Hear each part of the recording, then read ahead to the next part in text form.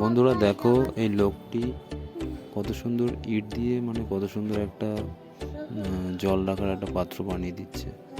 খুব সুন্দর একটা পাত্র করে দিচ্ছে ইট দিয়ে।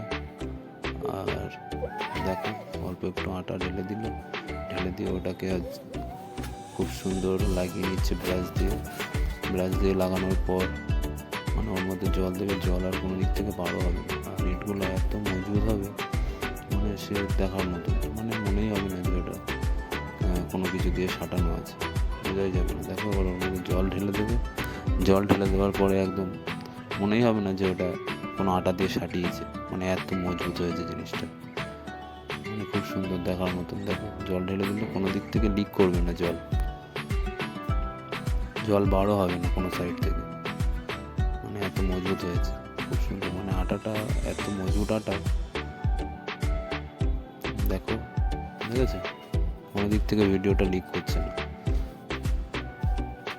খুব সুন্দর হয়েছে, একদম দারুণ সুন্দর।